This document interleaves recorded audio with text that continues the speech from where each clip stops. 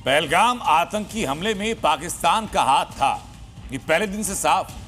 लेकिन जैसे जैसे एनआईए की जांच आगे बढ़ती जा रही है, घाटी में धर्म पूछकर मारे जाने की एक एक पाकिस्तानी साजिश खुलकर सामने आ रही है। कैसे आतंकियों ने हमले से पहले और हमले के बाद पाकिस्तानी हैंडलर से बात, कश्मीर में बैठे लोकल आतंकियों और उनके ओवरग्राउंड वर्कर की कैसे मदद ली, और पहलगाम हमले के बाद अब तक जांच कहां पहुंची, जांच में क्या क्या रिपोर्ट में सामने आ चुका है, सब कुछ इस रिपोर्ट में देखिए। आतंकियों को ऑर्डर, सीधा टेररिज्म हेडक्वार्टर से।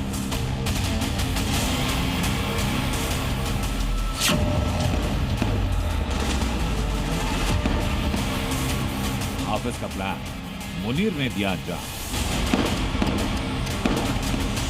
पहलगाम आतंकी हमले में पाकिस्तान का हाथ होने के सबूत लगातार मिल रहे हैं। जांच एजेंसीज आतंकियों को जिंदा पकड़ने की कोशिश में है, तो एनआईए तेजी से इसकी जांच कर रही है।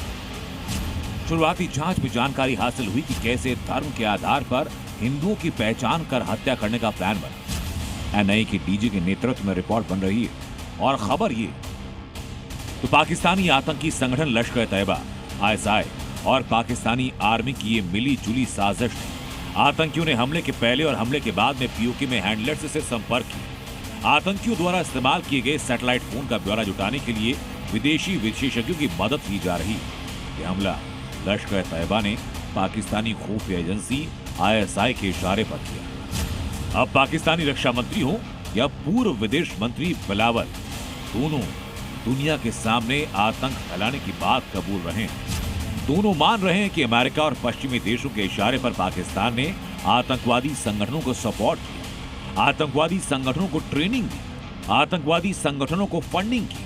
क्योंकि बीती रात ऑस्ट्रेलियन मीडिया को दिए इंटरव्यू में बिलावल भुट्टो ने रक्षा मंत्री ख्वाजा आसिफ की बात का न सिर्फ समर्थन किया बल्कि खुद भी कबूल किया। धर्म देखकर आम लोगों का खून बहा पाकिस्तानियों की आदत है, इसलिए एक के बाद एक पहलगाम में पाकिस्तानियों की हरकतों के सबूत सामने आ रहे हैं, जिसमें साथ दिया कश्मीर के OGW यानी ओवरग्राउंड वर्कर्स ने आतंकियों के लिए गाइड का काम किया। पहलगाम आतंकी वारदात की जांच रिपोर्ट में एनआईए ने करीब 150 लोगों के बयान दर्ज किए, 3D मैपिंग और सीन रिक्रिएट किया।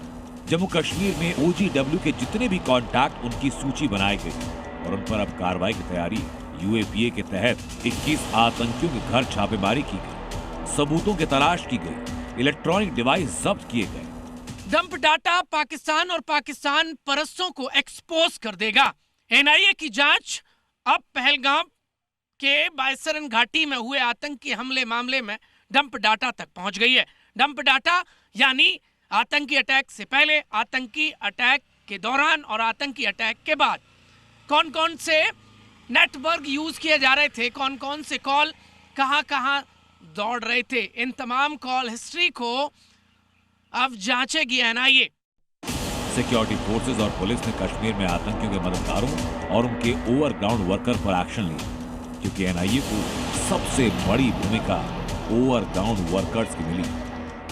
कुपवाड़ा के रहने वाले आदिल ने आतंकियों की मदद की, आतंकियों का गाइड बना, पहाड़ी रास्तों का मास्टर है आदिल।